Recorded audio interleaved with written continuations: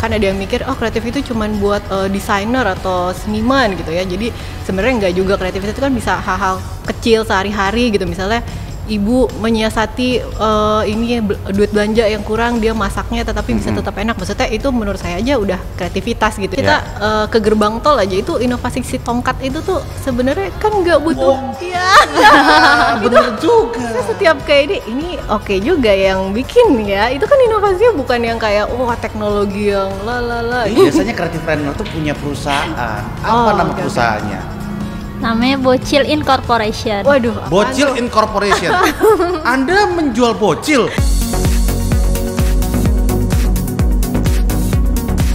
Selamat datang dalam ruang obrolan inovasi budaya. Ruang yang menyajikan obrolan inspiratif para kreasi muda untuk pemajuan kebudayaan Indonesia. Anak muda, temukan ide kreatifmu. Ciptakan inovasimu.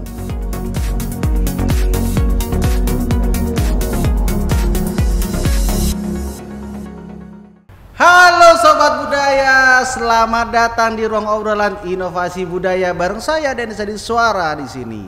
Nah, hari ini kita bakal ngobrolin apa? Well, lebih tepatnya saya punya pertanyaan nih buat teman-teman. Apakah yang namanya kreativitas itu bakat dari lahir atau justru hasil dari perawatan di lingkungan alias nurture? Nature melawan nurture. Jawabannya apa ya? Makanya sekarang saya punya dua teman di diskusi ini. Ya jangan diskusi deh, terlalu berat. Ngobrol ya. Udah. Gue terlalu berat. Saya terlalu berat. Ya. Di sini saya ada Ayudila. Hai juga. Lalu di sini ada Lita Kusumawardani. Hai. Kenceng dong. Hai. Nah, itu. Oke, kita kenalan dulu sama Kak Ayudila. Kak Ayudila. Apa tuh? Kerjanya apa tuh? Aduh, aku itu aku tuh dari dulu sebenarnya terkait di fashion designer sama project-project seni. Rata-rata biasanya berkisar di sekitar situ, tapi sekarang juga aku ngajar juga gitu, part time. Jadi fashion design, seni rupa juga gitu ya? Iya, jadi antara-antara lah. Antara-antara. Ya masih seni-seni juga kok. Iya. Gitu. Udah sekitar 10-an tahun lebih atau 20 tahun, 30 tahun? 20 tahun, umur saya berapa ya? Saya masih muda kok. Oh iya, ya 10 tahun lebih ya. 10 tahun lebih ya kira-kira ya. Oke, siap. Nah, sekarang ke Lita. Nah, kamu itu siapa kamu? Tiba-tiba ada di sini ya.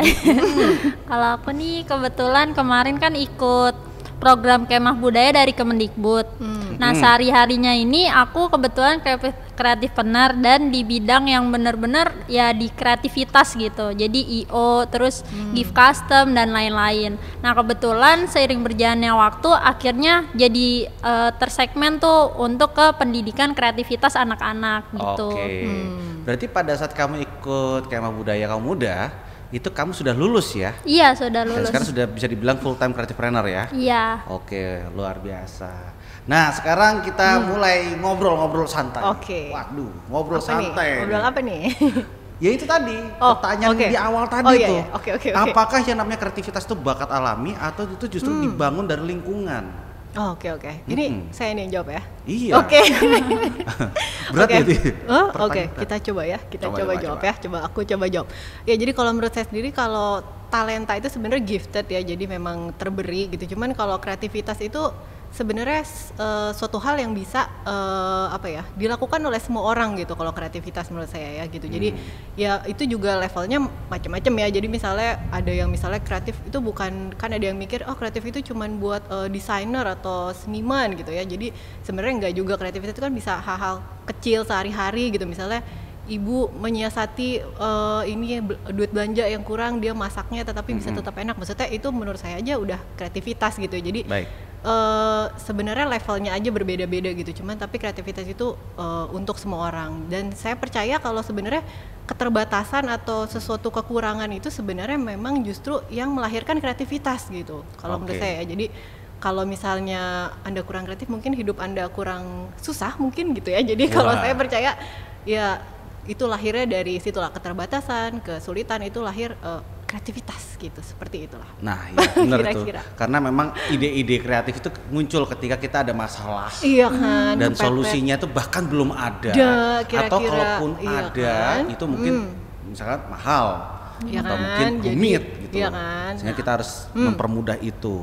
Nah, pada saat kita proses mempermudah itu, muncullah yang namanya inovasi. Gitu, teman-teman. Nah, tapi saya pengen tanya. Ya. Karya bisa dibilang inovatif itu ketika gimana sih? Oke. Kalau menurut saya mungkin melihat balik lagi ke masyarakatnya ya. Jadi mungkin kalau bisa dibilang inovatif ya ketika dia bisa bisa kalau dibilang memberi solusi mungkin nggak solusi juga ya, tapi bisa mungkin merespon lah ya apa yang ada di masyarakat gitu. Jadi menjadi suatu inovasi yang memang ya masyarakatnya sedang menghadapi suatu masalah seperti itu, dia keluar dengan suatu ide kreativitas tertentu yang memang bisa menjembatani atau menaungi orang-orang tersebut gitu. Jadi ya itu jadi inovasi gitu, karena memang ada orang banyak yang dia bisa menerjemahkan lah kebutuhan orang-orang banyak pada masa itu. Jadi inovasi ya memang harus berdasarkan pada masyarakat yang banyak lah. Kira-kira seperti itu ya. Inovasi itu emang harus beda kah dari yang sebelum-sebelumnya? Inovasi harus bedanya harus benar-benar drastis kah? Kayaknya kalau sekarang bisa dibilang nggak ada yang baru ya, nggak ada yang baru under the sun. Maksudnya kayak sekarang semuanya udah dibikin gitu ya, mau bikin apa lagi sih, semuanya udah ada gitu. Mungkin kecuali teknologi AI dan lain-lain ya. Cuman menurut saya enggak ya, maksudnya itu balik lagi ke levelnya berbeda-beda gitu ya. Masyarakat juga kebutuhannya berbeda-beda gitu. Jadi bisa dengan tadi ya hal-hal kecil, misalnya cuman melakukan sesuatu dengan cara yang beda gitu, itu kan juga misalnya kayak ada sesuatu yang sudah dilakukan sejak lama, misalnya transportasi, ketika misalnya dibalut dengan sesuatu yang lain, dia bisa jadi inovasi untuk lebih banyak orang gitu. Jadi kalau saya sih mikirnya inovasi tadi ya kebutuhan orang banyak itu kan nggak perlu dengan teknologi. Misalkan kayak tadi transportasi, ada yang misalkan dulu kalau misalkan kita pengen menggunakan transportasi motor, kita harus ke pangkalannya. Sekarang bisa di rumah dengan aplikasi. Iya, bisa seperti itu ya. Ya nggak apa-apa, itu juga adalah salah satu inovasi. Inovasi yang mana sebenarnya tujuannya itu sama. Kita mau naik motor, ya kan? Kita mau bayar motor itu. Tapi kalau dulu itu kita harus jalan, sekarang tetap bisa leha-leha dari rumah, pakai aplikasi. Ada satu lagi, misalnya nggak perlu teknologi tinggi, misalnya kita ke gerbang tol aja, itu inovasi si tongkat itu tuh sebenarnya kan nggak butuh. Bener juga. Saya setiap kayak ini oke juga yang bikin ya, itu kan inovasinya bukan yang kayak teknologi yang gitu. Jadi tapi itu inovasi yang ini semua orang butuh loh si benda kecil ini gitu. Bahkan kayak peniti aja zaman dulu kayak apa sih ini gitu, cuman itu kayak dibutuhkan orang gitu. Betul. Tongkat tol itu adalah sebuah inovasi menjawab kebutuhan bahwa sekarang kan tidak ada penjaga tol. Sekarang bayar sudah tidak bisa cash, harus pakai kartu. Cuma mungkin letak duduk posisi pengemudi dengan letak duduk alat jauh. Jadi perlu yang namanya tongkat tol. Nah, sekarang kita ngomongin tentang budaya Indonesia. Mbak Ayu Dila kan punya banyak murid. Dari berbagai macam murid ini, apakah mereka melirik dan mengadopsi tradisi Indonesia sebagai inspirasi karya mereka? Memang ada beberapa sih kalau di kampus saya yang memang di encourage lah untuk misalnya kalau di fashion mengambil misalnya kain-kain tradisional gitu. Jadi memang ada juga yang misalnya desainnya dia membawa cerita-cerita tradisional ke ke desain dia gitu, diolah lagi gitu. Nah, biar desainnya nggak boring tuh gimana sih? Karena jujur ketika kita melihat ada orang berusaha untuk mengangkat tradisi Indonesia ya ke dalam karya mereka, dan mereka bilang ini adalah sebuah karya modern loh, tapi masih bernafas Indonesia. Somehow itu masih berasa membosankan dan kurang kelihatan, nggak tahu ya, kurang asik gitu loh. Ya mungkin ini terlalu abstrak buat saya. Asik lo gimana kan, Den gitu kan. Tapi teman-teman mungkin tahu gitu loh bahwa banyak sekali teman-teman yang berusaha untuk mengangkat budaya Indonesia. Tapi hasilnya malah menurut saya ya terlalu membawa pakem-pakem lama lebih banyak daripada kebaruannya. Nah, gimana caranya supaya tetap bisa menghadirkan tradisi Indonesia, tapi di saat yang sama tetap kelihatan fresh? Oh, mungkin apa ya, ada nilai-nilai yang harus tadi digali lebih dalam kali ya. Mungkin kalau fresh atau enggaknya itu kan kemasan dan harus disesuaikan dengan masyarakat saat ini ya. Memang nggak bisa sih kayak kalau kebudayaan Indonesia kan waktu itu memang diciptakannya untuk saat itu gitu kan. Jadi saat memang itu misalkan zaman dulu yang zaman dulu. Masyarakatnya ya seperti itu. Jadi misalnya kalau mau dibawa ke saat ini memang harus ditilik lagi. Misalnya kalau mengambil tadi misalnya cerita-cerita zaman dulu itu harus apa ya, mungkin risetnya lebih dalam lagi ya, itu kenapa diciptakan, kemudian mau ngomongin apa sih sebenarnya. Kan kebudayaan kan biasanya ada sesuatu yang pengen diomongin di situ gitu. Jadi kalau misalnya cerita-cerita zaman dulu itu ya kita lihatlah nilai-nilainya, misalnya kalau Sangkuriang atau apa, misalnya ada nilai-nilai di balik itu, misalnya tentang hubungan ibu dan anak dan seperti dan lain-lain ya gitu. Misalnya itu kan kemasannya bisa dibuat dengan lebih masa kini gitu, jadi bisa lebih fresh. Tapi sebenarnya saya yakin sih nilai-nilai itu sebenarnya apa ya, cukup universal dan cukup abadi lah, bisa dikemas dengan cara yang lebih fresh sekarang gitu. Mungkin risetnya aja sih misalnya yang kurang kali, sebenarnya seperti itu ya. Jadi mungkin masih banyak orang kalau misalkan disuruh mengangkat tradisi Indonesia, mereka hanya berhenti risetnya sampai kemasannya saja. Seperti itu. Tapi tidak lebih menyeluruh sampai ke sisi ke dalam ya, ke sisi nilainya. Nah, padahal justru yang namanya nilai Indonesia itu lebih abadi dan lebih tidak lekang waktu kan. Nah, seperti itu. Gitu, dan lebih universal tadi. Lebih universal. Gitu. Oke. Ngerti.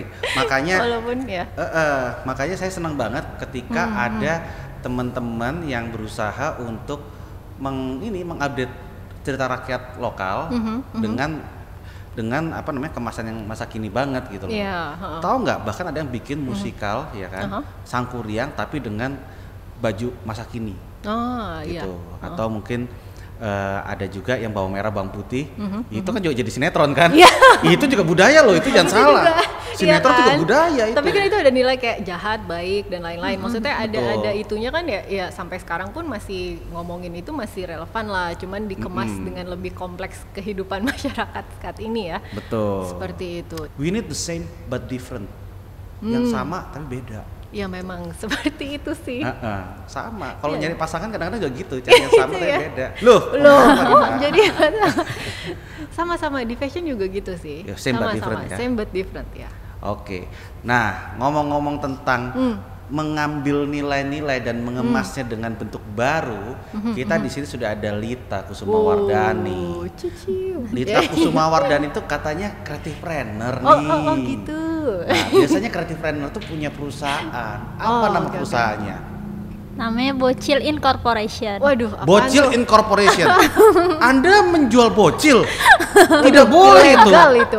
Woi polisi, tangkap. Enggak. Bukan bocil yang dijual. Bukan bocil yang dijual. Tapi media edukasi dan program teknologi pendidikannya. Jadi menjual program edukasinya buat bocil. Iya, buat para bocah-bocah kecil. Waduh. Iya, buat teman-teman yang sering main game biasanya kan suka ngata-ngatain tuh, dasar bocil gitu. Tapi ini dengan bangganya Lita bilang, saya bocil. Iya, benar. Nah, produk kamu tuh kayak gimana sih? Produknya itu jadi media edukasi yang berupa kit media gitu. Jadi kit media, kamu jualan gunting, itu ada gunting? Iya, jadi kit itu kan satuan komponen gitu untuk membuat pop up gitu. Ini yang satuannya, terus kita juga punya yang paketannya gitu. Pop up itu apa? Apakah itu jenis mie instan atau apa? Bukan mie instan. Apa itu dong? Pop yang lain. Oke. Ya apa dong, jelasin. Pop up itu jadi 3 dimensi gitu. Jadi sesuatu hal yang timbul gitu. Jadi anak-anak lebih tertarik untuk menggunakannya itu gitu. Oke, jadi anak-anak suka yang timbul-timbul gimana sih? Jadi agak-agak malah terpikir yang jadi lain. Gimana bentuknya kayak gimana deh? Bentuknya seperti ini. Jadi media kit itu kan komponen berupa satuan alat dan bahan gitu. Ya udah jelasin tadi, jadi ulang. Nah, si anaknya dipersiapkan satuan paket ini untuk membuat pop up tadi gitu. Jadi si anak merancang buku ceritanya sendiri gitu. Oh, ini buku cerita yang bisa dirancang sendiri, yang gambarnya timbul. Iya benar, tokoh-tokohnya gitu.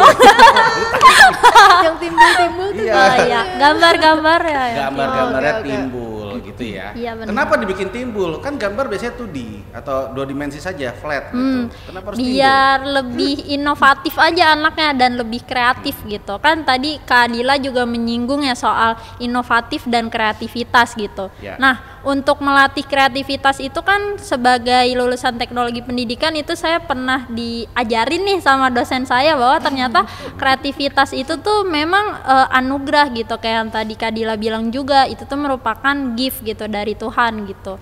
Dan ternyata kreativitas itu memang anugerah dari Tuhan yang mana itu bisa kita asah terus-menerus. Yang mana itu tanggung jawab dari orang tuanya gitu. Oke. Makanya kenapa sasarannya utamanya adalah si bocah kecil gitu, karena anak-anak itu memang mereka di usia tertentu masih fresh untuk melatih keinovatifan mereka dan kreativitas mereka. Oke. Emang umur berapa itu yang mereka mesti fresh untuk melatih keinovatifan mereka itu?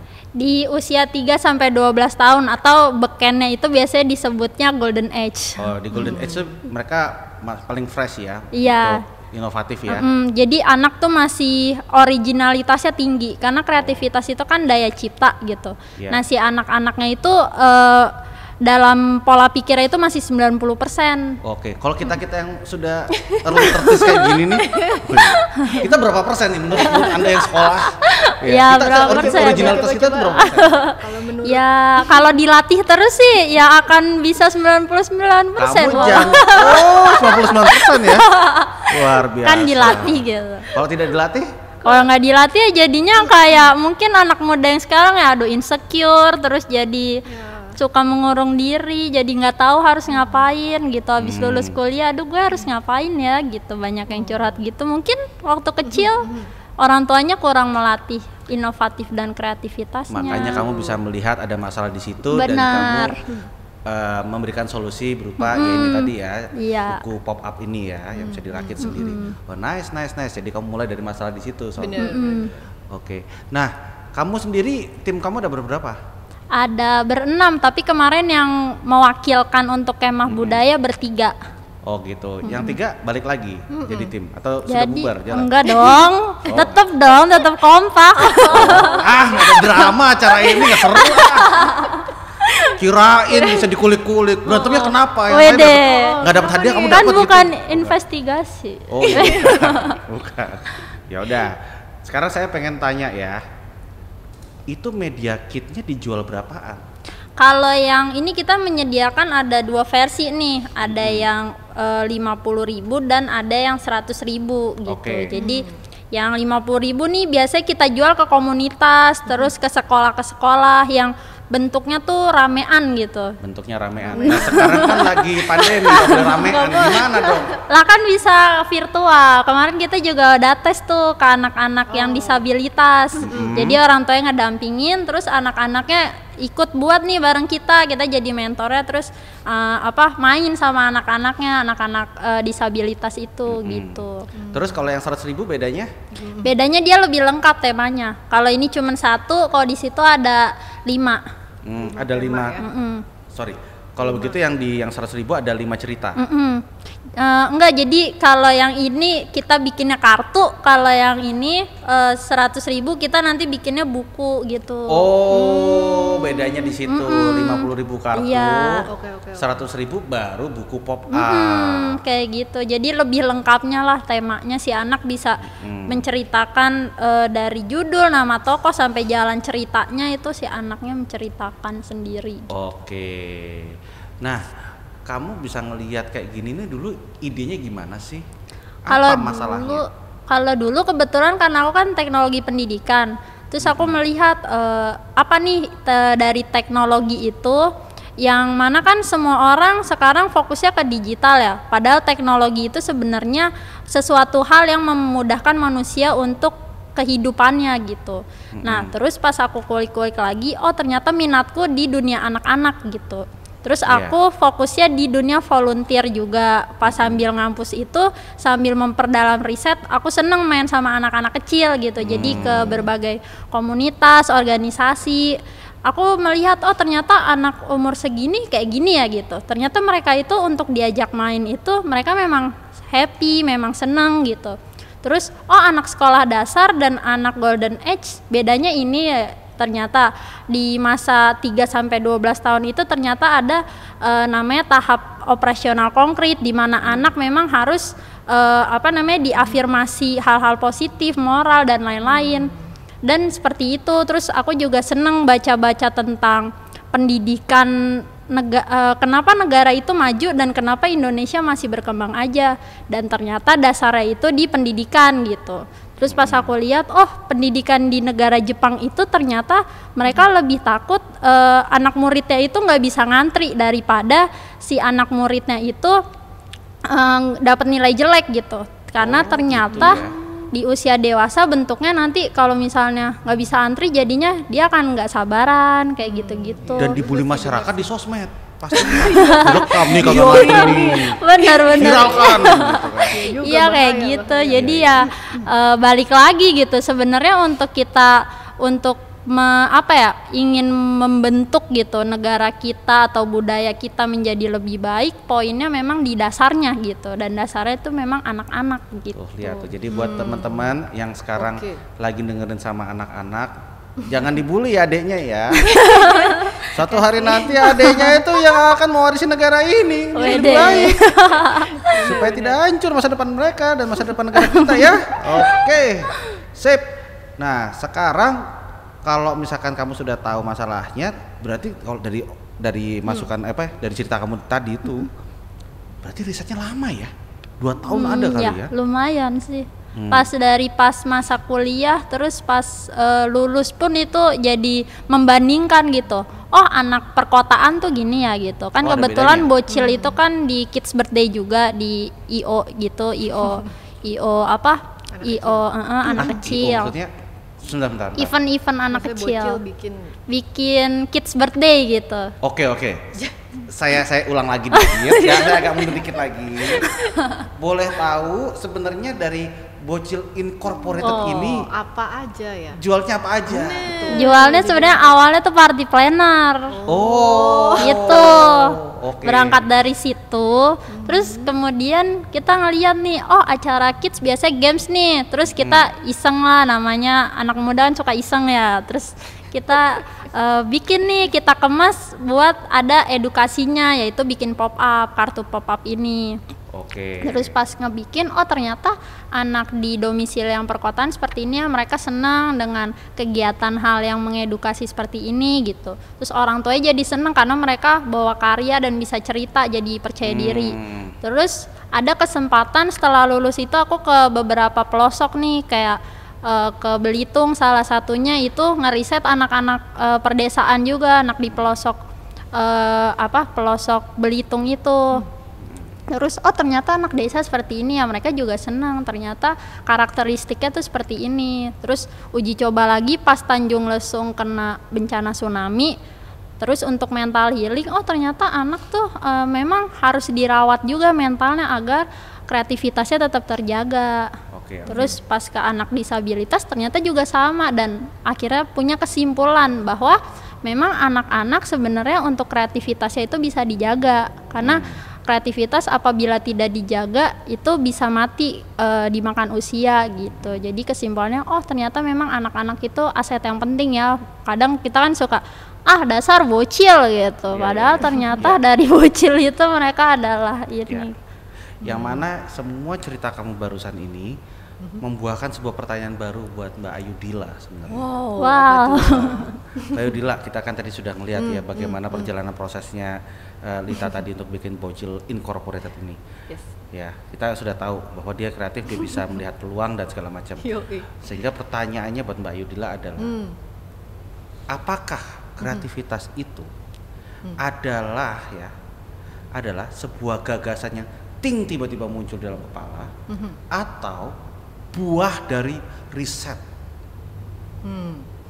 Sebenarnya kita kan selama misalnya sehari-hari berkegiatan dan lain-lain, kita secara nggak langsung kan sebenarnya merekam sesuatu ya. Jadi sebenarnya itu udah ada proses. Jadi kalau misalnya ting tiba-tiba ada sesuatu, itu cuman kayak di otak kita tuh prosesnya udah membuahkan sesuatu gitu. Jadi sebenarnya kita sudah riset nggak sadar. Riset nggak sadar kayak ngelihat ini, ngelihat itu, kayak tiba-tiba ntar misalnya di toilet, gitu. Tiba-tiba prosesnya bergulir udah jadi seperti itu sih sebenarnya. Nah ini dia saya juga pengen nerusin ke teman-teman yang mendengarkan bahwa yang namanya kreativitas itu bukan gara-gara sering ritual harus ke WC lama gitu, atau saya harus mandi gitu, atau saya harus baru mimpi dulu terus tiba-tiba terbayang. Ini mencari wangsit ya. Mencari wangsit. Mencari wangsit.